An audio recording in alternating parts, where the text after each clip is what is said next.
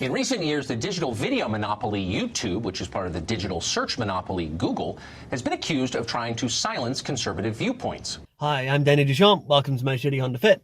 Social media companies are not monopolies.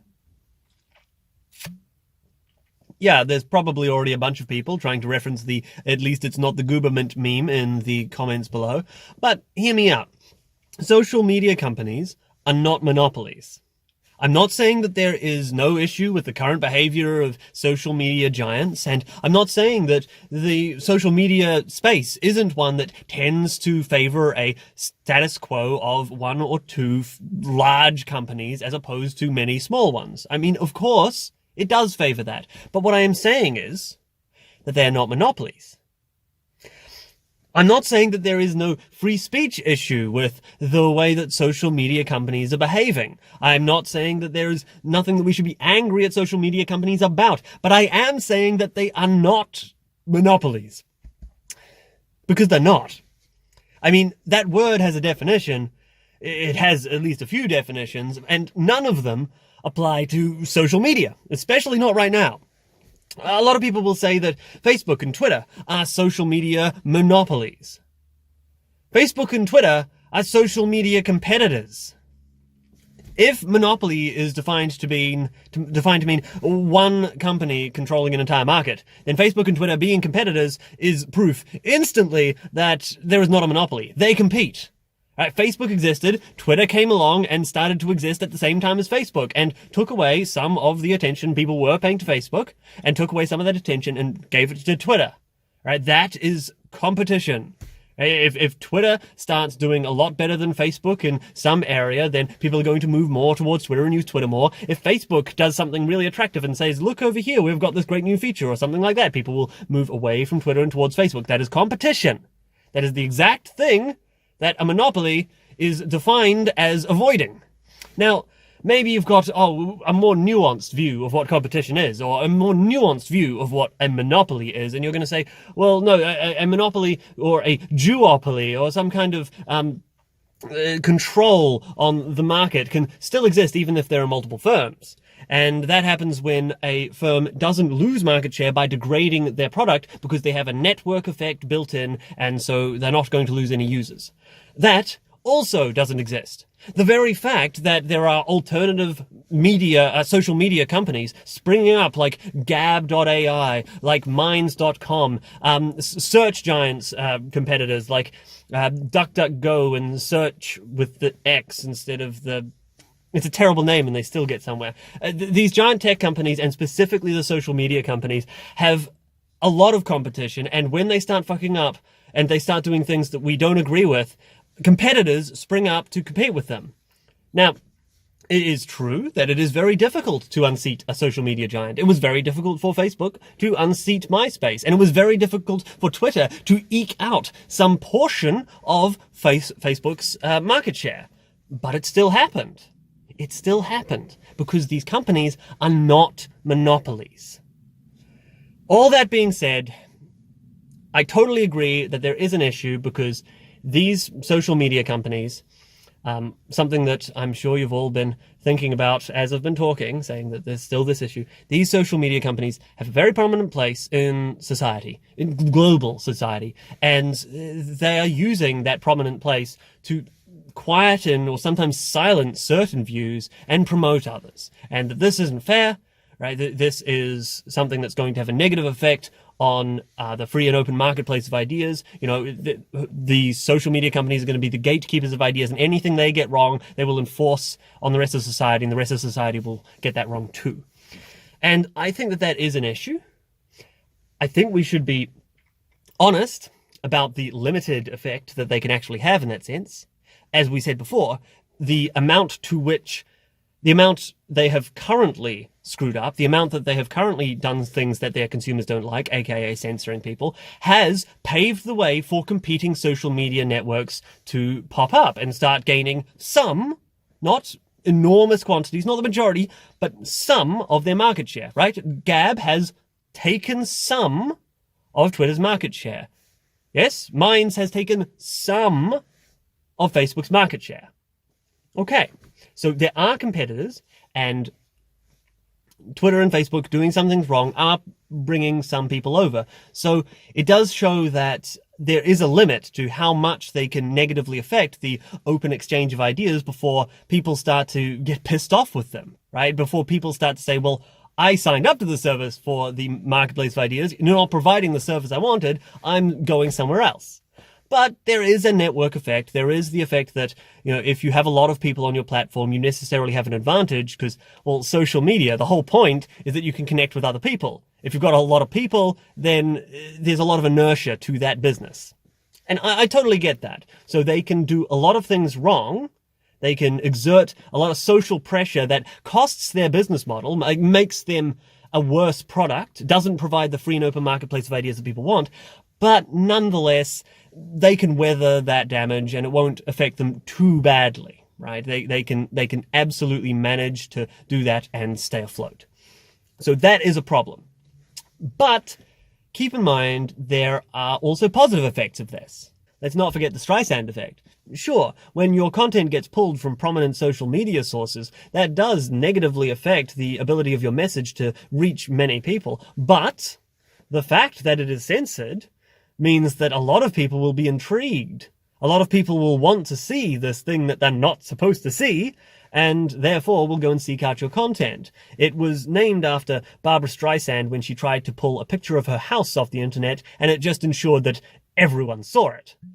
Now, that same kind of effect can be seen with the example I was talking about before, Alex Jones. The Alex Jones example shows his website was actually petering out. His website, InfoWars, was losing a whole lot of visitors until suddenly, when he was banned by all these social media companies, he massively skyrocketed in popularity. Still, I agree, once again, that there is a problem here.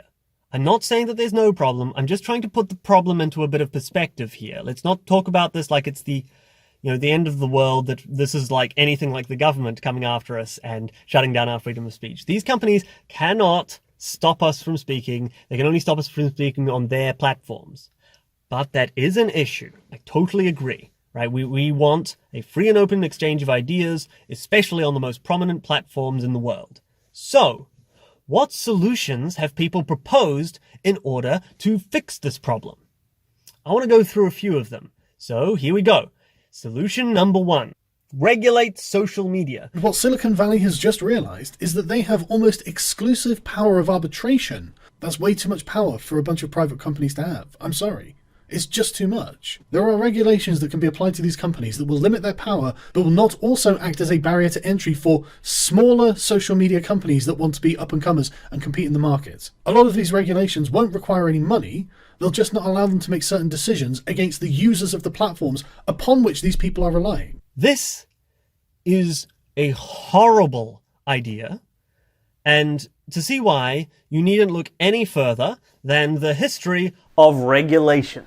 Probably the most famous and straightforward example of regulation designed to tackle industries thought to be monopolized, duopolized, trust-controlled, or otherwise protected from competition is without doubt the early American antitrust legislation. So let's see how that went. The primary targets of most of the advocacy leading up to the regulations being passed, as well as the targets of those subsequent lawsuits, were two firms: US Steel and Standard Oil. The first thing to note about these cases is that neither were monopolies or anything of the sort. Both were very successful, but both were being outcompeted in the lead-ups to the litigation being brought, which we can see by the fact that they were both losing market share during that period. But just like today with the big tech companies, the general consensus seems to be, well, meh, they're close enough to a monopoly, so oh well. And so the regulation and subsequent litigation went ahead. The legal attack on US Steel was unsuccessful. The so-called monopoly was never broken up. However, just as anyone paying attention would have predicted, they gradually declined as new, more dynamic companies outcompeted them, just as the regulators claimed was so impossible. Standard Oil, on the other hand, was successfully broken up by antitrust legislation. It was broken into a few smaller companies, two of which were Exxon and Mobil. Exxon and Mobil merged back together in 1999, and the resulting ExxonMobil is now the largest oil company in the world. These two examples are a very standard story. The market is a very competitive place, and no matter how large your firm is and how difficult you might think it is to compete with you, there is some way to compete with you, and sooner or later, someone's going to find it. That's why when we take a look at the Fortune 500 companies of 1955, we find that 87% of them are now gone. If we just narrow that down to the top 20, only 4 of the companies in that top 20 in 1955 are still there in 2005, just 50 years later. And all of them are from the most heavily regulated industries in the world, like oil, as we previously discussed, as well as finance, like GE, and automotives, like GM. And whether or not you think these regulations are necessary to prevent car accidents and bank runs is besides the point. The point is that these regulations protect the larger players in the industry and prevent competition from moving the industry forward. There are 2 main reasons that this happens. The first is that any regulation will necessarily impose an additional cost on anyone wanting to enter that industry. Businesses tend to make decisions about how they're going to behave based on what will maximize profits. If your new regulation is going to tell them to do the thing that was already most profitable for them, already imposed the lowest cost on them, then they would already be doing it. If you're passing a regulation that actually plans to change their behavior at all, necessarily it is going to be one which costs them something and therefore will also cost the new players in the industry something. Want to pass a financial regulation requiring a certain degree of background check for each loan?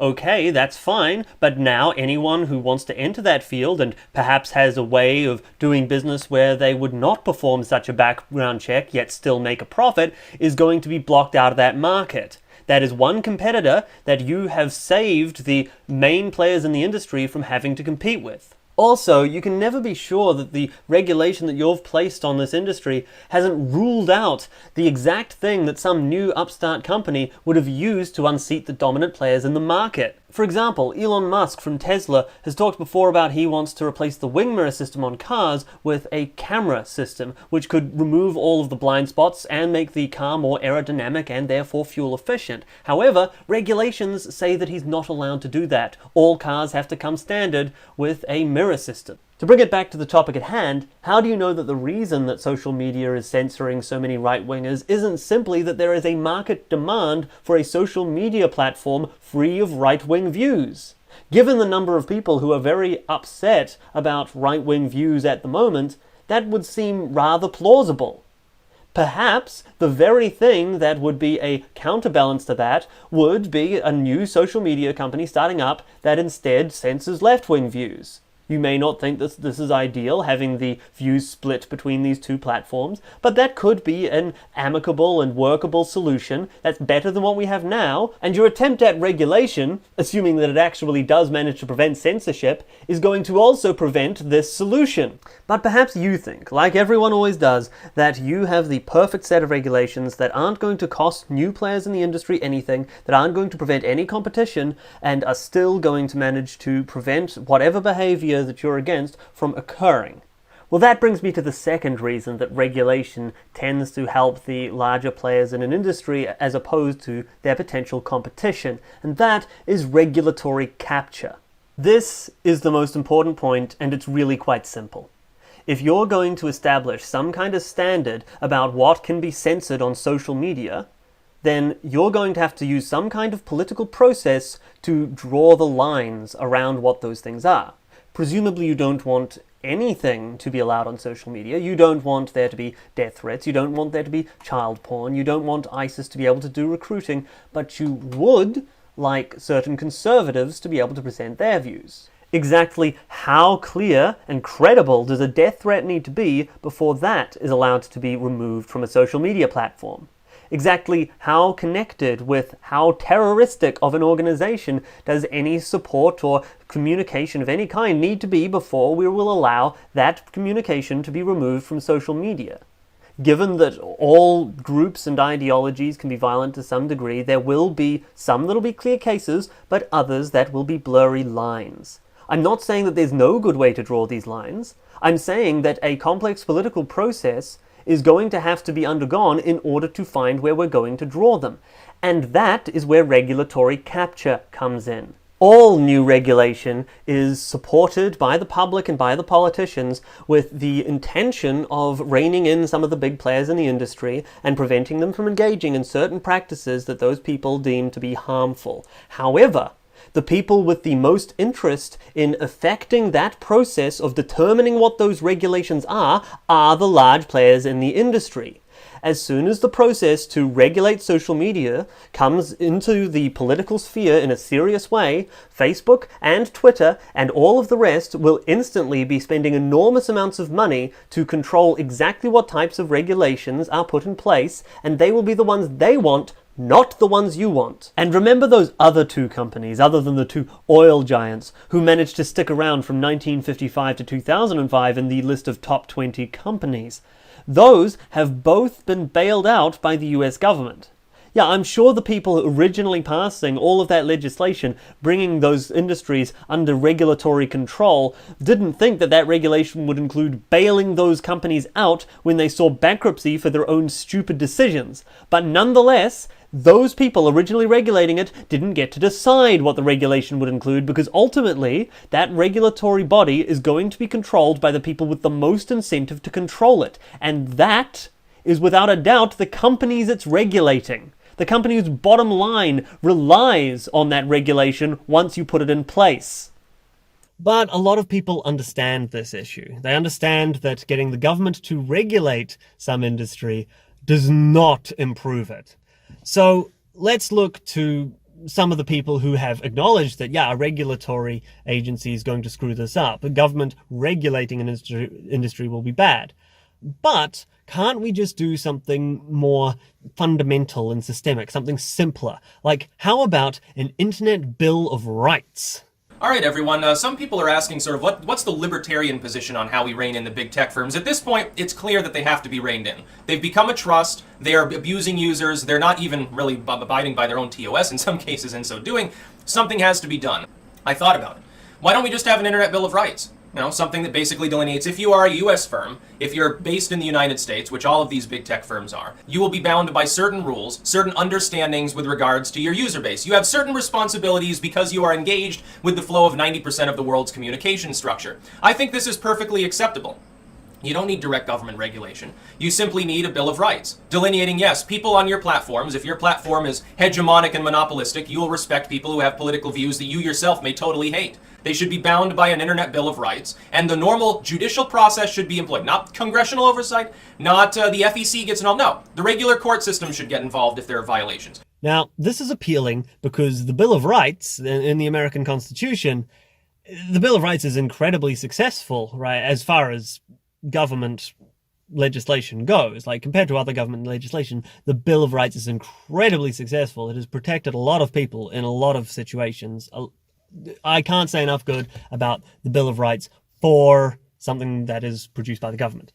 But the reason that it is so positive for people is that the Bill of Rights does not have any stipulations about what you can do, about what an individual citizen of the nation in question can do. What it has is a whole bunch of stipulations about how the government can behave. That is why the Bill of Rights is such a incredibly important document. That's why it's something that protects your rights so well, because the violator of your rights fundamentally is the government, right? Yeah, you can have your rights violated by a murderer or a gangster or something like that, but the majority of the time, the violator of your rights is the government. And the Bill of Rights was set up in full knowledge of that. It was set up to restrict what the government can do to you. Now, an Internet Bill of Rights, sure, if you want to restrict what the government can do to your free speech online, I guess that's fine. But, I mean, if you're in the United States, that's already the case. And if you're in most other countries, it's also sorta the case. But the Bill of Rights that you're talking about, Styx, is going to be a restriction on what companies can do, not on what the government can do. And if it's a restriction on what companies can do, it's a restriction imposed by the government. It's not saying the government can't do this, it's saying the government has to do this to these companies. Right? That is a very different thing. And this is an important distinction. You see, a Bill of Rights that really does only restrict what the government can do, as opposed to allowing the government to restrict what others can do, is much less susceptible to regulatory capture. Some agency is not going to be able to twist the details of rules of what the government is allowed to do in order to combat their competitors. The Internet Bill of Rights solution, as it's been described, is not a Bill of Rights at all. It is simply regulation by another name and carries all of the same problems I've already outlined. The next solution I've seen is to start suing these social media companies because they're violating their own terms of service. If you think such a lawsuit could be successful, I'd say feel free to bring it, but I'm very doubtful that the terms of service that I guarantee you violate on a daily basis and have never read, I very much doubt that those are going to have that much weight in court, and I also would be pretty surprised if what they're doing wasn't entirely supported by their terms of service. Usually their terms of service will have stipulations and vagaries in there that allow them to do whatever the fuck they want. So, moving on, the final solution is we all move over to free speech alternatives to the social media giants. Now, there are some positives to this solution. It's at least part of the puzzle, I'm sure. There's a good reason that I'm uploading this video to BitChute before YouTube. Oh yes, if you're watching this on YouTube, you're seeing my videos late. I upload to BitChute first now, so head on over there and subscribe. Anyway, there is something definitely positive to this solution, but there's no way that it can be the entire puzzle solved. And the reason for that is that the market demand for free speech is not high. I know that sounds depressing, but think about it this way. If Twitter were to add a $1 per month subscription fee, that would tank their business. People would leave in droves. And yet, with the censorship, they don't. That means that the average Twitter user values $1 higher than they value not being censored for right-wing views. That is necessarily the case. $1 would get them to switch. Censorship does not. So, if I'm just shitting on all of these ideas, you might be wondering what my solution is. Well, I'm glad you asked. My solution is to construct competing services.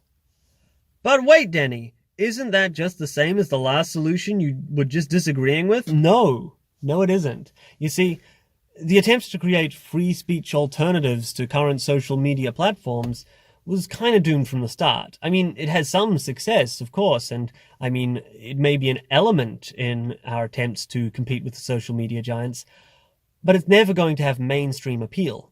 The sad truth is, most people do not care that you were censored, because most people don't watch your content.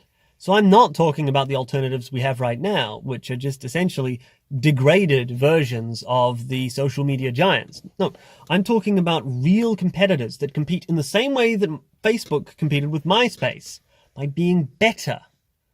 And how can we do that? How can we provide these services, but better?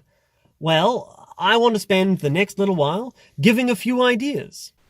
Okay, everyone, I'm going to give you some new ideas for social media and ways to disrupt the paradigm and other jargony words. I've got my 90s tier PowerPoint here, so I've got ideas, and this little star here is what it's about. And we've got this little light bulb. He's our ideas man. And this represents business. You see this little green line is what we're doing. We reached the goal. Well done, everyone. We did it. What the fuck am I doing? Okay. So the ideas that I was thinking about, I'll bash through them as quickly as possible. I was thinking about anonymous posting. 4chan, that worked really well for them. You can just go to their website. You can enter a name if you want, but primarily you just fill out a CAPTCHA and your post gets put right up there. There must be a sweet spot between that and what Twitter and Facebook and general social media do. What if let's say Gab is competing with Twitter and they just give you the option, if you want to respond to someone on Gab, you don't need to create an account. That might seem bad at first because it's like, well, we want people to create accounts on these alternate social media platforms, and we do, but the problem with those social media platforms is there's not enough happening, there's not enough discussion going on, and it just seems a little bit dead. People go there, create an account, it's like, oh, this is a little bit dead.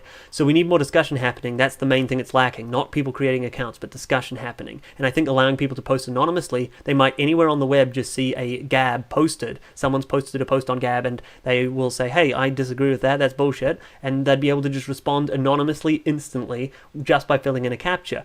That's going to start creating some discussion on the platform and giving people a reason to start engaging there more and more. Anyway, I also think it would be kind of cool if you could do that with YouTube. I'd understand if bandwidth would be a problem for video streaming or video uploading. Maybe if you integrated it with something like BitChute, where not all of the hosting is done on the part of the people who run BitChute. There's a little bit of peer-to-peer action going there, but that would be kind of interesting to see. Primarily, I see it as a really positive feature for a Twitter competitor, though. Another one I'm thinking about is integrating it with another service. There's a few of these. There's a few other services I'm thinking about integrating it with.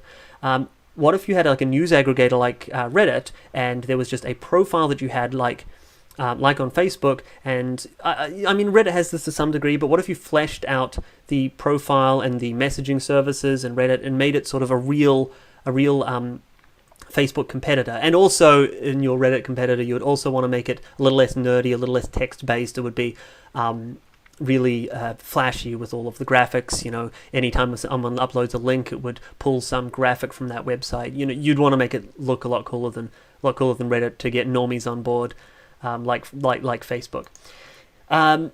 Social media consolidation. This is basically the idea that, well, there have been social media aggregators that have been tried in the past. Some of them have been okay. I mean, I remember HTC did this one on their phones called BlinkFeed, I think. Samsung's done one like that. Maybe I'm getting the names mixed up, but none of them have been fantastic. But the concept, I think, is really cool. The idea is you've got a Gab account and a Twitter account and a Facebook account and a Minds account, and you've got a LinkedIn account, and you've got all of these different things, and you don't know how to keep track of all of them. Well, hey, how about we just have one service, and you connect it with all of your other accounts, and it consolidates all of your posts into one consistent feed, one stream, and then you just see chronologically all of the posts from Gab and Twitter and Facebook and everything. And if you want to respond to one of them, then you just go ahead and respond. And it does it. That aggregator sends it to the site in question and connects with it, like if you've got an alternate Twitter app, it connects with it and just posts it there for you. And that way you can do all of your Twittering and your Facebooking from the same service. That would also really help a lot of other smaller services. I mean, the thing I was thinking was that social media aggregator could have its own posting mechanism where you post your own, where it has its own like sort of Twitter system or Facebook system where you posts to that service as well. But it would also, in addition to being able to create a new service that way, would allow smaller ones like Gab or Minds or MeWe, if they could also plug into this aggregator, then they would be just as relevant to the people using the social network aggregator as Twitter or Facebook or whatever. It's just, when you see a Gab post on your aggregator, you respond to the Gab post. When you see a Twitter post on that aggregator, you respond to that. So that was another one. And I was also thinking about built-in content creation services. YouTube does this to some extent, though not particularly well, I don't think. For those who don't know, YouTube does have a built-in video editor. It works okay. So there's built-in content creation services, but one of the things I was thinking was like meme generator. You know how meme generator, you have to go off Twitter in order to use it? What if, let's say, Gab, I keep going back to Gab. I like Gab. I'm on Gab. Follow me on Gab.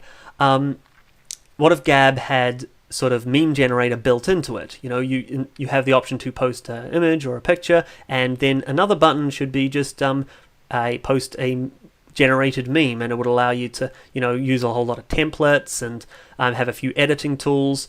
And because the thing is, people go and they go to like meme generator or something like that, and they use that service, and then they copy it, and then they go back to the social media service and they paste it in. If it was all built in together, I think that would be really attractive to a social media service.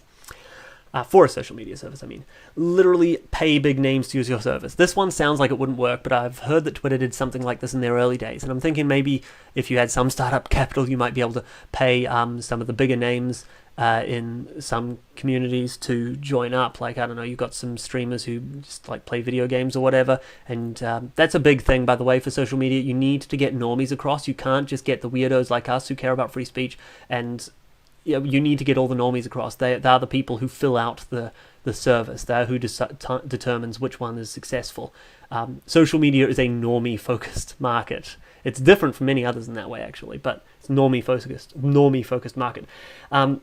But yeah, if you could find a few of the bigger normie creators, and even if you just paid them to post stuff earlier on your service, and you could just pay them a little bit and they'd post on your thing first and then on the bigger named thing. Like, let's say you got PewDiePie to post his videos to BitChute one day and then YouTube the next day, I think tons of his fans would move across to get his videos earlier. You could have a recommendation service, a review site. Like, this is the same as some of the previous ones, actually. I'm just saying integrate a Yelp competitor with Facebook. A lot of these services, you see, already get people to sign up and create an account. Is it really that much of a stretch to say, oh, well, additionally, if you see a review from someone, you can also respond to that, and you can start getting conversations going, and then also you can have some public posts so that person can check out some of the other stuff that you've said, some of the other reviews you've done. And it could start just sort of generalizing what the conversation on that service is about. So like, just build it from a niche thing like a Yelp competitor and just build it into a generalized social media service. And there's a really similar one, grow social media services out of a game. This is weird because it's kind of already happened to some extent. I mean, people go on World of Warcraft to meet people. They use it as a social media service, right? World of Warcraft is often used as a social media service already. So that's one that is kind of already happening, but it's definitely something that could be done a little bit more intentionally. There's also integrating it with a public feed on a chat service or VoIP service like Discord. Something like that would be pretty cool because, like, let's say Discord just had, you clicked on someone's name on a server and they had some public posts, just some public announcements and stuff that they want people to know, like basically a little Twitter feed there that anyone can see. Then I think that would probably be also really useful. That would probably get a lot of people to come across.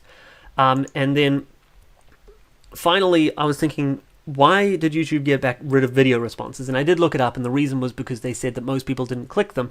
And that might be true, but that really wasn't the point. First of all, of course, most of the video links went unclicked because there were often, like, there's 30 video response links to a video. You'll only click one of them. I should explain what they were first for those who don't know. Back in the early days of YouTube, you used to be able to post a video as a response to a video instead of just posting a comment. And then that video there would be a screenshot with a link underneath the video in question, and it would be sort of just as a response, right? You just see some video, you disagree with it, and you post a response. I think that the reason that was attractive, the reason that actually helped YouTube in the early days and could help a new service now, was because it just creates a lot more conversation on the platform. You're more likely to get into making videos if you see a video you disagree with, and just below it, there's a little button that says, make a video response. And so you uploaded a video response in response to this video, and you were like, hey, when someone goes to this big content creator, this big YouTuber, I'm going to be right underneath there with my video response, and they'll be able to see it and maybe click it and they'll see my response. That's really cool. So that was something that YouTube did right that they took away, that I think someone could pick up and grab some of their market share with. And you could also see how that could be integrated with built-in content creation services, right? So when you post that video response, it comes up with that a video editor, and it has the person you're responding to, it has their video on the timeline of the video editor, and you can just splice it in and just helps you edit your video response. YouTube doesn't like those video responses which are all spliced in, and so they're actually actively preventing it from happening on that platform. And it's a popular medium, so if another social media service that does video, right, like let's say BitChute does that, they integrate those video responses, and they actually do stuff to make it easier to do video responses as well, I think that would really help them out.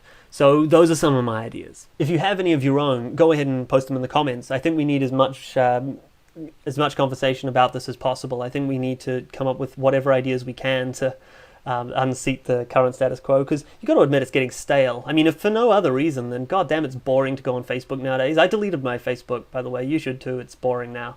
So, those are my ideas. What do you guys think? Let me know in the comments. And additionally, if there's anyone out there who wants to put one of them into action, they're free of charge. Yeah, just feel free to use them. I require no royalties. Patreon me if one of them works. I don't know, maybe they're all terrible. That's entirely possible. Most ideas fail. But that's just how business works, you know? Most of them fail. If you're a current existing social media platform, feel free to incorporate one with them. If the Gab guy is watching this, use the anonymous posting one. That would work really well for Gab. Do it. Anyway, maybe I'll put some of them into action myself if I can get the people together. But the point is that we need to start really going after these companies in the same way that they went after their predecessors. Right? We're not going to be able to solve the problem by getting the government to come in and fix it. The government doesn't fix shit. It will never work, right? People always advocate, oh, there's this problem, get the government to come in and fix it. And anyone who doesn't agree with getting the government to come in and fix it must just not care about solving the problem. No, it's the opposite. The government never solves any fucking problems. It just doesn't. Look at the history of attempts to get the government to solve problems. What's that Ronald Reagan quote? Not that I love Ronald Reagan, but it's a good quote. The scariest phrase in the world is, I'm from the government and I'm here to help. But the fundamental problem that we have is that the radical leftists are a minority of society, but are very good at getting in control of institutions. We're not going to improve things for ourselves and make things harder for them by putting one institution in enormous amount of control, right? Making the government just control all of social media. Okay, now the leftists have only one institution to take control of, rather than having to take control of all of the current social media giants and anyone who in the future comes along and competes with them. You're not going to improve things by running to the government, and all the time you spend trying to get people to run to the government is time that you are not spending on real solutions. I guess that's my main takeaway here. Just because someone doesn't want to use the government to fix a problem doesn't mean that they don't want to fix the problem. It just means that they want to be effective about fixing the problem. And the other takeaway is all those ideas. Someone use them. All right, that's about it. Thank you. I'm Danny Duchamp. Welcome to my Shitty Hunter Fit, and now get out of it.